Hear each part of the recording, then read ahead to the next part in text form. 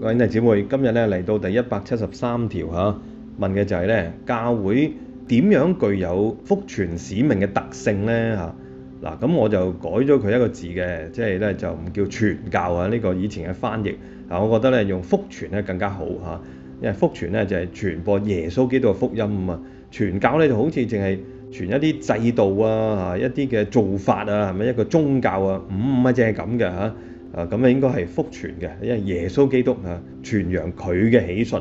好啦，喺聖神嘅引導之下咧，教會咧世世代代繼續住咧基督本身嘅命令啊，因為耶穌基督自己就係嚟到為天父嘅愛作見證啊嘛，傳播福音啊嘛，佢一出現就講乜嘢啊？對觀福音話咧，你哋要悔改，因為天國臨近了，係咪？天國就係天主嘅愛咯。嗱，佢到佢離開世界之前咧。佢又派門徒去傳福音啦尋日咧，我哋講咗對觀福音都有呢個命令好清楚啦。咁若望福音都有嘅喎，不過用個古仔就講咧，佢哋朝頭早去捉魚啊嘛，係咪？本來捉唔到㗎，咁後來耶穌話你哋咧向右邊撒網就捉到好多啦，捉到幾多啊？153條都係大魚嚟嘅喎。咁點解咁特別咧？呢個數字，因為咧按照當時嗰個認識就認為咧所有嘅魚嘅種類咧就153條咁所以個網咧其實就講咧教會啊嘛，係嘛？去咧網羅世界上邊所有嘅人。咁因此咧，基督徒應該向所有人宣佈基督嘅喜訊喎。咩喜訊啊？天主父係我哋眾人嘅父，佢對我哋一個美好嘅計劃，就係希望我哋咧最後尾翻到佢嘅懷抱裏邊，同佢永遠喺一齊，得享咧永恆嘅福樂啊！人生咧冇錯，好多嘅艱辛，好多痛苦甚至咧要面對死亡。不過咧，原來死亡唔係最後喎，死而復活喎，係嘛？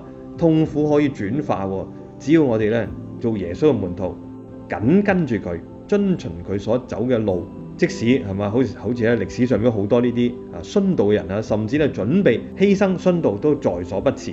嗱，咁唔好嚇死大家啦，我哋咧就大概就唔會殉道，不過我哋都要好多犧牲嘅，係咪啊？人生有好多選擇噶嘛，係嘛？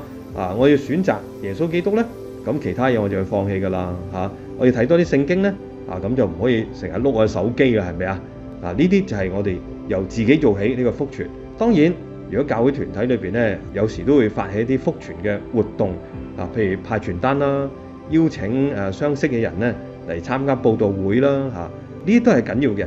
不過更加重要咧，就係由我哋自己做起，然後咧身邊嘅兄弟姊妹、身邊嘅親友、同事、家鄰舍都成為我哋福傳嘅對象。